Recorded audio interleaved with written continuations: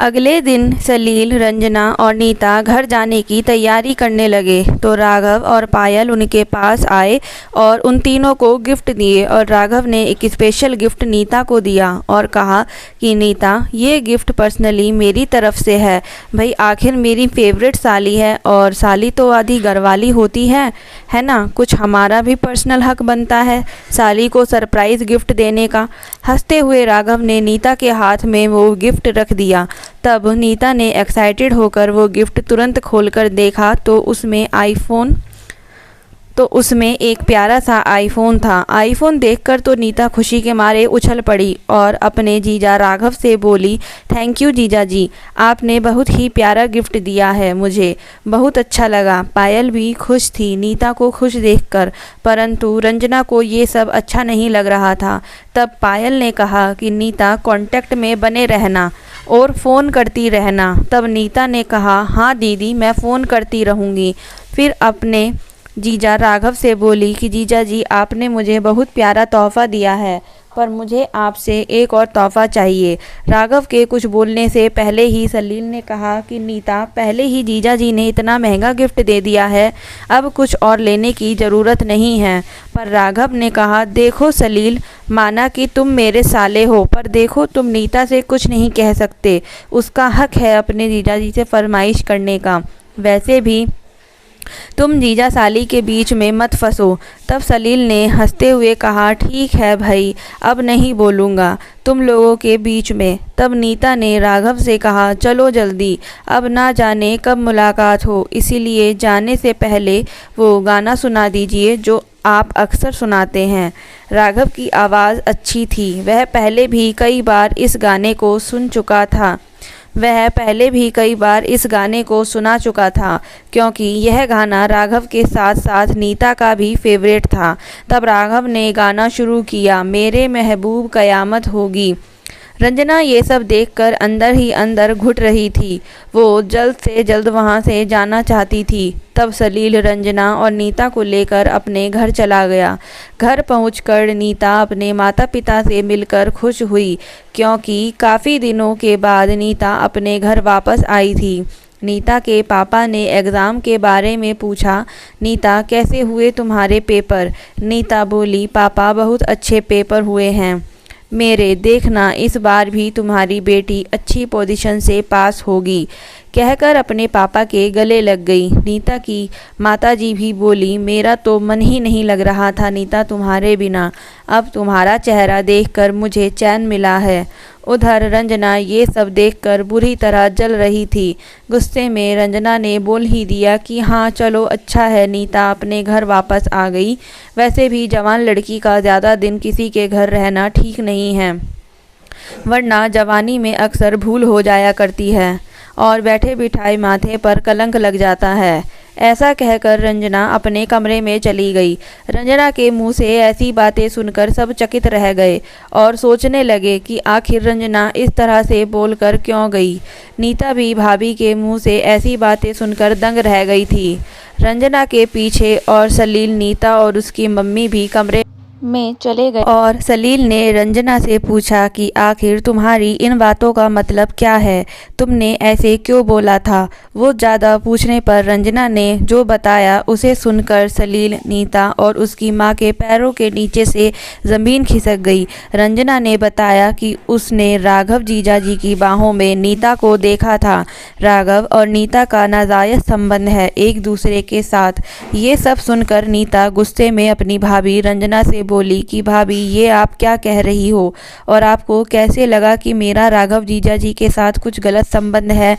तब रंजना ने जो देखा था वो बता दिया। नीता अपने बारे में सफाई देने लग गई और अपनी बात को सही सिद्ध करने के लिए राघव के पास फोल मिलाने लग गई। तभी चांटे की तेज आवाज़ हुई और नीता अपना गाल सहलाने लगी। नीता की आंखों में आंसू थे क्योंकि आज तक उसके पापा ने कभी हाथ नहीं उठाया था।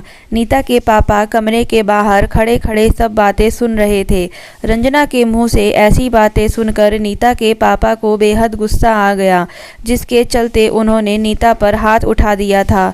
नीता रोती हुई अपनी माँ की तरफ देखने लगी और बोली कि मम्मी, आप तो मेरा विश्वास कीजिए, ऐसा कुछ नहीं है। भाभी को गलतफहमी हो गई है। चाहे तो आप दीदी जीजाजी से इस बारे में बात कर लीजिए, फिर आपको हकीकत पता चल जाएगी। तब नीता के पापा गुस्से में बोले कि क्या चाहती हो रंजना, झूठ क्यों बोलेगी? अभी तो वो इस घर में नई नवेली बहू है, भला उसे तुमसे क्या परेशानी हो सकती है जो कि तुम्हारे बारे में इतना बड़ा झूठ बोलेगी? जो देखा है वही उसने बताया है। और फिर राघव से पूछने पर क्या राघव सच बोलेगा? नीता हैरानी से अपने पिता को देख रही थी।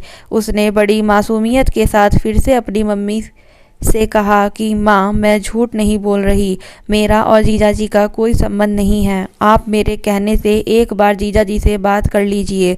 परंतु नीता की मम्मी बोली कि क्या चाहती हो कि हम राघव से इस बारे में बात करें तो पायल को पता चल जाए, और जो तकलीफ़ हमें हो रही है वो पायल को भी हो। जब पायल को तुम दोनों के बारे में पता चलेगा तो उसके घर में कलेश हो जाएगा। तुम क्या चाहती हो, पायल का घर टूट जाए? यदि ऐसा हुआ तो हम किसी को मुंह दिखाने लायक नहीं रहेंगे। नीता ने जब देखा कि उसकी बात पर कोई विश्वास नहीं कर रहा है तो वो चुप हो गई और चुपचाप अपने माता पिता की बातें सुनने लगी। नीता के पापा बोले कि क्या हमने तुम्हारा पालन पोषण इसी दिन के लिए किया था कि तुम हमारी इज्जत उछालोगी? तुमने हमारी इज्जत में 4 चांद पहले ही लगा दिए हैं। अब मैं नहीं चाहता कि यह बातें घर से बाहर जाएं। और नीता के पापा ने सबको हिदायत दे दी कि खबरदार, जो किसी ने ये बातें घर से बाहर निकालने की कोशिश करी तो मुझसे बुरा कोई नहीं होगा। जो भी बातें हुई हैं उन्हें यहीं दबा दिया जाए। अब इस बारे में कोई बात नहीं होगी और ना ही इस बारे में राघव से कोई बात होगी। राघव से बात करके मैं अपनी और बेइज्जती नहीं करवा सकता, इसीलिए उससे बात ना करके नीता का ध्यान रखा जाए। और हाँ, नीता आज के बाद घर से बाहर नहीं जाएगी, मैं जल्द ही उसकी शादी कर दूंगा।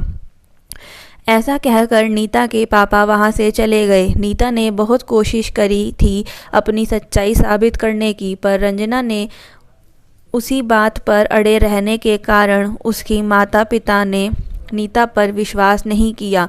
नीता को बहुत बुरा लग रहा था कि उसके पेरेंट्स ने उस पर विश्वास नहीं किया। नीता रोती हुई अपने कमरे में भाग गई और अपने रूम का दरवाज़ा बंद कर दिया।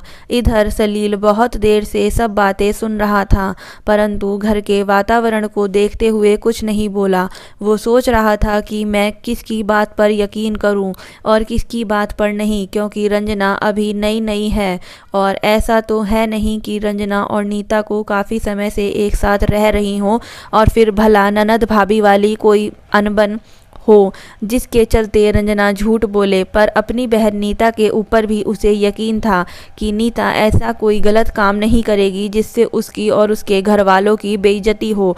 परंतु पक्के तौर पर हकीकत पता न होने के कारण सलील चुप रहा। उसने सोचा कि वो चुपचाप रहेगा तो इस मामले की हकीकत का पता करेगा और वो सच्चाई सबके सामने लाएगा। परंतु शाम को जो हुआ उसका किसी को भी विश्वास नहीं हुआ। नीता ने फांसी लगाकर आत्महत्या कर ली थी। घर में मातम का माहौल था। इधर जब राघव और पायल ने यह खबर सुनी तो उन्हें यकीन ही नहीं हुआ, क्योंकि सुबह तो नीता को खुशी खुशी भेजा था। अचानक फिर ऐसा क्या हो गया जो नीता को आत्महत्या करनी पड़ गई। आनन फानन में राघव और पायल नीता के घर पहुंच गए। जो भी कोई सुन रहा था इस हादसे के बारे में यकीन ही नहीं कर पा रहा था कि नीता जैसी समझदार लड़की ऐसा कदम उठा सकती है। दिन बीत रहे थे। राघव और पायल नीता के इस कदम से बहुत आहत हुए थे। नीता वाला हादसा एक रहस्य बना हुआ था। एक दिन पायल ने राहुल से कहा कि मैं 2-3 दिन के लिए चाची के घर जाना चाहती हूँ, शायद चाची से बात करके मेरे मन के अंदर की घुटन दूर हो जाए।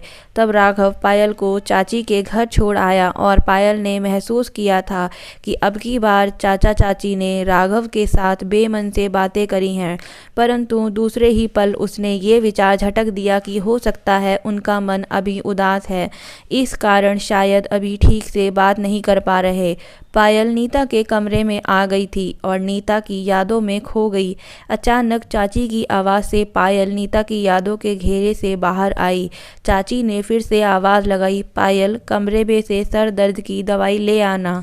तब पायल दवा ढूंढने लगी कि उसके हाथ नीता की एक चिट्ठी लग गई जो कि पायल और राघव के नाम पर थी। पायल ने तुरंत वो चिट्ठी उठाई और चिट्ठी पढ़ने लगी। चिट्ठी पढ़ते पढ़ते पायल की आंखों से आंसू बहे जा रहे थे। वो बेचैन हो उठी और राघव को फ़ोन करके तुरंत बुला लिया। अचानक यूँ पायल का बुलाना राघव की बेचैनी बढ़ा रहा था। राघव घबराहट के मारे जल्दी ही नीता के घर पहुंच गया था। तब पायल ने वो चिट्ठी राघव को पढ़ाई जिसमें लिखा था, आदरणीय जीजाजी, बहुत सोचने पर भी मुझे आपके और मेरे बीच कोई ऐसा संबंध दिखाई नहीं दिया जिस पर मुझे शर्म आए, पर रंजना भाभी ने मेरे माता पिता को आपके और मेरे नाजायज़ संबंध की झूठी बात बताई है। मैंने अपने माता पिता को समझाने की बहुत कोशिश की, परंतु उन्होंने मेरी किसी बात पर विश्वास नहीं किया। मेरे पिताजी ने मुझसे कहा है कि क्या मेरा पालन पोषण उन्होंने इस दिन के लिए किया था कि बड़ी होकर मैं उनके नाम पर कलंक लगाऊं? क्या मैंने आपसे संबंध बनाते वक्त पायल दीदी का भी ख्याल नहीं किया? जीजा जी, आप जानते हैं कि आपके और मेरे संबंध पवित्र है, फिर यह मुझे किस बात की सज़ा दी जा रही है? इस ग्लानि के साथ जीना मेरे बस में नहीं है। और फिर मेरे माता पिता ने अपनी परवरिश पर भी विश्वास नहीं रखा, फिर मैं किससे विश्वास की उम्मीद रखती? माँ पापा की इन बातों ने मुझे तोड़ दिया है और अब मैं जीना नहीं चाहती हूँ। और हाँ, मुझे आपसे एक और बात कहनी है, वो यह है कि आखिर वो कौन सी बात थी जो नीता अपने दीदी जीजाजी को बताना चाहती थी? आखिर क्या लिखा था उस चिट्ठी में? आगे जानिए कहानी के अगले भाग में। अगर आपको हमारी आज की कहानी अच्छी लगी हो और वीडियो आपको पसंद आई हो तो प्लीज़ हमारे चैनल को ज़रूर सब्सक्राइब करें, साथ ही साथ वीडियो को लाइक करें और कमेंट बॉक्स में हमें बताएं कि आपको हमारी आज की कहानी कैसी लगी।